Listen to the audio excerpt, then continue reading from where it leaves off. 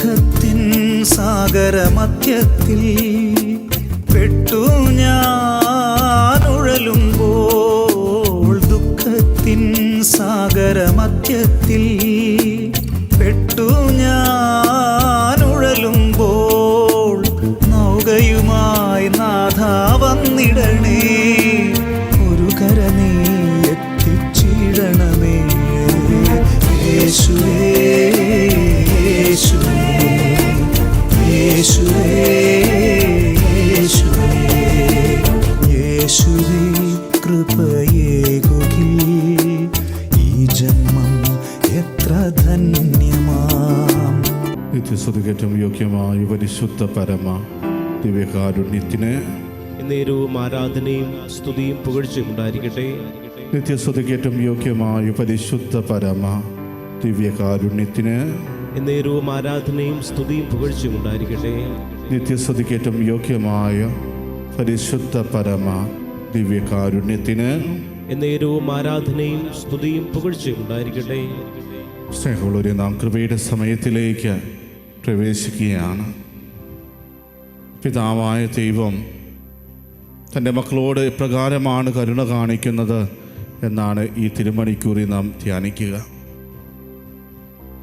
പിതാവായ ദൈവം കൂടുതലായും പുത്രനായ ദൈവത്തിലൂടെയാണ് തൻ്റെ കരുണ വെളിപ്പെടുത്തിയത്.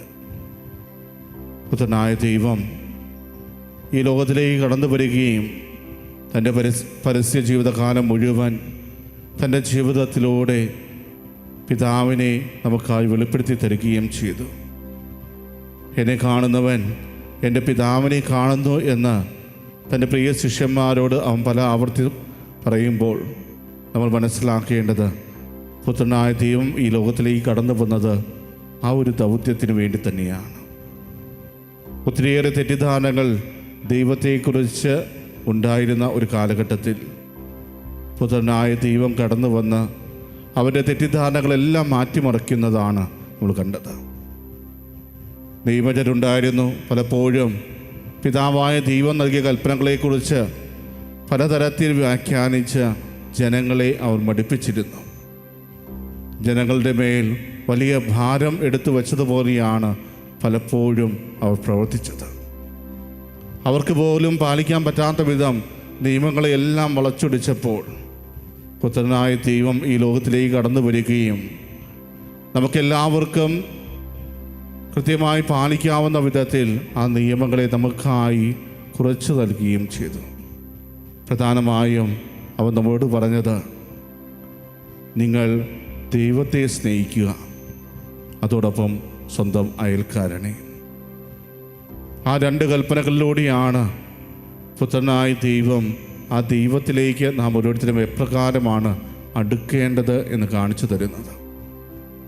പ്രിയമുള്ളവരെ, ഇന്ന് ഈ തിരുമണിക്കൂറിൽ നാം ഓരോരുത്തരുമായിരിക്കുമ്പോൾ യോഹന്നാൻ്റെ സുവിശേഷം 6-ാം അധ്യായം 16 മുതൽ 21 വരെയുള്ള തിരുവചനങ്ങൾ വായിച്ച് നമുക്ക് ധ്യാനിക്കാം. വൈകുന്നേരമായപ്പോൾ അവൻ്റെ ശിഷ്യന്മാർ കടൽക്കരയിലേക്ക് പോയി. അവർ ഒരു വള്ളത്തിൽ കയറി കടലിനക്കരെ കഫർനാമിലേക്ക് പുറപ്പെട്ടു. അപ്പോൾ നേരം ഇരുട്ടിത്തുടങ്ങി. യേശു അവരുടെ അടുക്കലെത്തിയിരുന്നുമില്ല.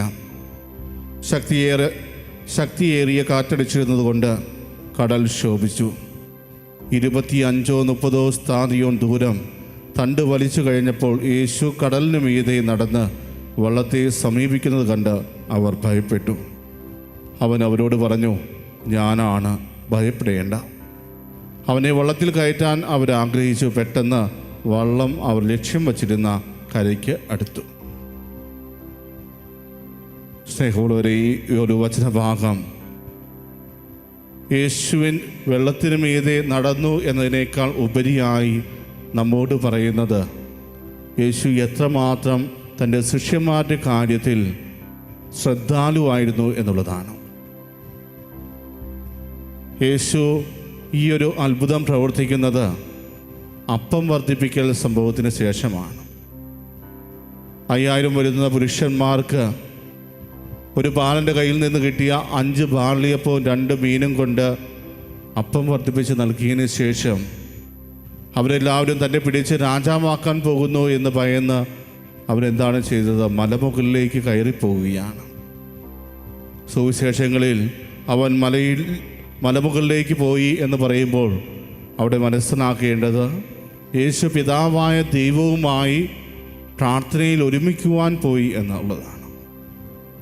അവൻ്റെ അത്ഭുതങ്ങൾക്ക് മുമ്പും അത്ഭുതങ്ങൾക്ക് ശേഷവും വളരെ കൃത്യതയോടുകൂടെ യേശു ചെയ്തിരുന്ന ഒരു കാര്യമാണ് പിതാവായ ദൈവവുമായിട്ടുള്ള ഒരു പ്രാർത്ഥന. അത് എപ്പോഴും തനിച്ച് മലമുകളിലേക്ക് കയറിക്കൊണ്ടാണ്. ഈ മലമുകൾ എന്ന് പറയുമ്പോൾ ദൈവത്തിൻ്റെ സാന്നിധ്യം നമുക്കായി വെളിപ്പെടുത്തി തരുന്ന ഇടം എന്നുകൂടി നമ്മൾ മനസ്സിലാക്കണം. അങ്ങനെയുള്ള ഒരു സ്ഥലത്തേക്ക് തനിയെ കയറിപ്പോയി അവിടെ ഇരുന്ന് പ്രാർത്ഥിക്കുന്ന വേളയിലും അവൻ്റെ ശ്രദ്ധ മുഴുവൻ തൻ്റെ പ്രിയ ശിഷ്യന്മാരിലായിരുന്നു. അവർ മറുകരയിലേക്ക് വള്ളത്തിൽ പോയിട്ടുണ്ട്. അവൻ്റെ ഓരോ ചലനവും ശ്രദ്ധിച്ചു കൊണ്ടിരുന്ന യേശു മനസ്സിലാക്കുകയാണ്, ഇതാ കടൽ ശോഭിച്ചിരിക്കുന്നു, ശക്തിയേറിയ കാറ്റടിക്കുന്നുണ്ട്. തൻ്റെ പ്രിയ ശിഷ്യന്മാരെല്ലാം ഒത്തിരിയേറെ ആകുലരായിട്ട് കഴിയുന്ന ഈ നിമിഷം ഞാൻ തീർച്ചയായും അവരുടെ അടുത്തേക്ക് പോകേണ്ടിയിരിക്കുന്നു എന്ന ഒരു ബോധ്യം യേശുവിനുണ്ടായിരുന്നു. അതുകൊണ്ടാണ് 25-30 സ്ഥാദിയോൻ അകലെയായിരുന്നിട്ടും കടലിന് മീതെ നടന്ന് അവരുടെ അടുക്കിലേക്ക് പോകുവാൻ അവൻ തയ്യാറായത്. പ്രിയമുള്ളവരെ, ഇവിടെയാണ് യേശു തൻ്റെ ശിഷ്യന്മാരുടെ മേൽ എത്രമാത്രം ശ്രദ്ധ പതിപ്പിച്ചിരുന്നു എന്ന് നമ്മൾ മനസ്സിലാക്കുക. തൻ്റെ ശിഷ്യന്മാർ ആപത്തിലേക്ക് പോകുന്നു എന്ന് തിരിച്ചറിഞ്ഞപ്പോൾ അവർക്ക് ധൈര്യം പകരുന്ന കർത്താവ്, അവനെ കണ്ടപ്പോൾ അവർ ഭയന്നുപോയി എന്ന് തിരുവചനം പറയുന്നുണ്ട്. പക്ഷേ അവൻ അവരോട് പറഞ്ഞത്, ഞാനാണ്, ഭയപ്പെടേണ്ട. ഞാൻ നിങ്ങളുടെ കൂടെയുണ്ടെങ്കിൽ നിങ്ങൾ ഒന്നിനെക്കുറിച്ചും ഭയപ്പെടേണ്ട ആവശ്യമില്ല. ഇത് ഞാൻ തന്നെയാണ്, നിങ്ങളുടെ അരികിലേക്ക് വന്നിരിക്കുന്നതും ഞാനാണ് എന്ന് അവരോട് വെളിപ്പെടുത്തുമ്പോൾ അവരുടെ ആഗ്രഹം എന്തായിരുന്നു? യേശുവിനെ തങ്ങളുടെ വള്ളത്തിലേക്ക് കയറ്റണമെന്നുള്ള ആഗ്രഹം. ആ നിമിഷം അവരുടെ ശ്രദ്ധ മുഴുവൻ യേശുവിലേക്ക് കടന്നു വന്നപ്പോൾ അവരുടെ ഭയമില്ലാതായി. ആ യേശുവിനെ തങ്ങളുടെ വള്ളത്തിലേക്ക് കയറ്റണമെന്ന് ആഗ്രഹിച്ചപ്പോൾ തന്നെ അവർ ലക്ഷ്യം വച്ചിരിക്കുന്ന സ്ഥലത്ത് അവർ കരയ്ക്കടുത്തു എന്നാണ് പറയുക. പ്രിയമുള്ളവരെ, യേശു കൂടെയുള്ളപ്പോൾ നമ്മൾ എന്തിനെ ലക്ഷ്യമാക്കിയാണോ യാത്ര ചെയ്യുന്നത് അവിടെ എത്തിച്ചേരുവാൻ നമുക്ക് യാതൊരു തടസ്സവും ഉണ്ടാവുകയില്ല. യേശു നമ്മുടെ കൂടെ ഒന്ന് നടന്നാൽ മതി, നമ്മുടെ ഉള്ളിലേക്ക് പോലും കടന്നു വരേണ്ട ആവശ്യമില്ല. ഒരുപക്ഷെ നമ്മുടെ ഓരോരുത്തരെയും ജീവിതത്തിലേക്ക് അവനെ സ്വീകരിക്കണമെന്ന് നമ്മൾ ആഗ്രഹിച്ചാലും അവൻ തൊട്ടടുത്തുണ്ടെങ്കിൽ തീർച്ചയായും നമ്മൾ ലക്ഷ്യം വച്ചിരിക്കുന്ന സ്ഥലത്തേക്ക് നമുക്ക് എത്തിച്ചേരുവാൻ സാധിക്കും. ആ ലക്ഷ്യത്തിലേക്ക് പോകുന്ന വേളയിൽ നമ്മളെ തകർക്കുന്ന രീതിയിൽ ഒത്തിരിയേറെ പ്രക്ഷോഭങ്ങൾ നമ്മുടെ ജീവിതത്തിൽ സംഭവിക്കാം. ഇവിടെ ആ വള്ളത്തിൽ അവർ യാത്ര ചെയ്യുമ്പോൾ കടൽ ശോഭിച്ചതുപോലെ നമ്മുടെ ജീവിതമാകുന്ന യാത്രയെ നമ്മളെ തളർത്തിക്കളയുന്ന, നമ്മളെ വേദനിപ്പിക്കുന്ന, നമ്മളെ പടുകുഴിയിലേക്ക് തള്ളിവിടുന്ന ഒത്തിരിയേറെ സംഭവങ്ങൾ നമ്മുടെ ജീവിതത്തിൽ അരങ്ങേറാം. അവിടെ നമ്മൾ മനസ്സിലാക്കേണ്ടത് നമ്മളെ നോക്കിയിരിക്കുന്ന, നമ്മളിലേക്ക് ശ്രദ്ധ പതിപ്പിച്ചിരിക്കുന്ന ഒരു ദൈവം നമുക്കുണ്ട് എന്നാണ്. ശിഷ്യന്മാർ ഇവിടെ യേശുവിനെ വിളിച്ച് കരയുന്നില്ല. പക്ഷേ യേശുവിനറിയാമായിരുന്നു തൻ്റെ ശിഷ്യന്മാർ ആപത്തിലാണെന്ന്. യേശുവിന് കൃത്യമായ ബോധ്യമുണ്ടായിരുന്നു തൻ്റെ ശിഷ്യന്മാർ പോകുന്നത് ആപത്തിലേക്കാണെന്ന്. അതുകൊണ്ടാണ് അവരുടെ ആവശ്യം തിരിച്ചറിയുന്ന യേശുനാഥൻ കടലിന് മീതെ നടന്നുകൊണ്ട് അവരുടെ അടുക്കിലേക്ക് വരിക. പ്രിയമുള്ളവരെ, അതുപോലെ നമ്മുടെ ജീവിതത്തിലും കർത്താവിനെ കൊണ്ട് ആവശ്യമുണ്ട് എന്ന് തിരിച്ചറിയുന്ന നിമിഷങ്ങളിൽ നമ്മൾ പോലും ആവശ്യപ്പെടാതെ നമ്മുടെ ജീവിതത്തിലേക്ക് നടന്നെടുക്കുവാൻ അവന് സാധിക്കും. അതിന് നീ വിശ്വാസത്തോടെ കർത്താവിന് വേണ്ടി താങ്ങിച്ചാൽ മാത്രം മതി. വിശ്വാസത്തോടെ കർത്താവിനെ എൻ്റെ കൂടെ കൂട്ടുവാൻ ആഗ്രഹിച്ചാൽ മതി. വിശ്വാസത്തോടെ ആ കർത്താവിനെ നമ്മുടെ ഓരോരുത്തരും ജീവിതത്തിലേക്ക് ഒന്ന് ക്ഷണിച്ചാൽ മാത്രം മതി. പ്രിയമുള്ളവരെ, അവിടെ യേശു പ്രവർത്തിച്ചു തുടങ്ങും.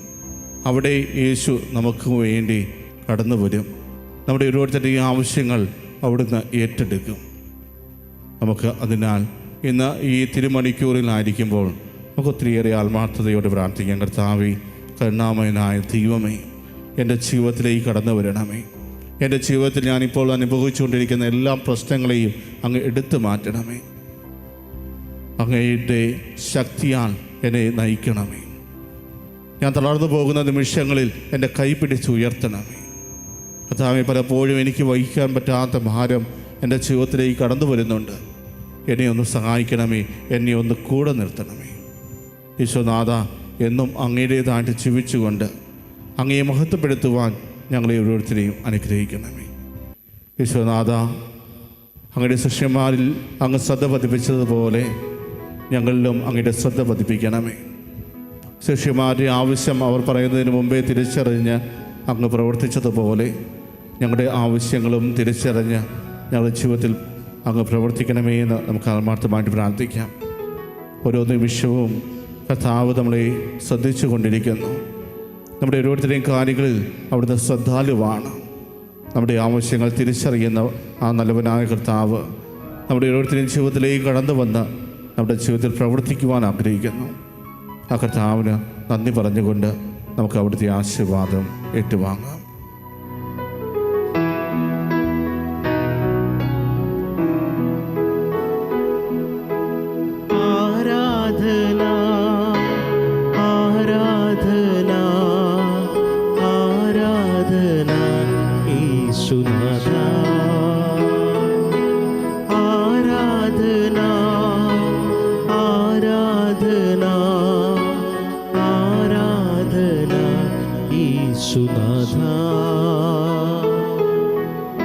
പരിശുദ്ധ പരമമാ ദിവ്യകാരുണ്യമേ, ഇന്നുമെന്നും അങ്ങേക്കാരാധന.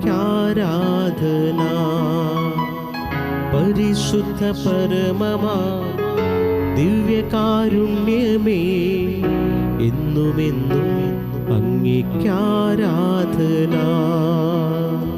പരിശുദ്ധ പരമമാ ദിവ്യകാരുണ്യമേ, എന്നുമെന്നും അങ്ങേക്കാരാധന.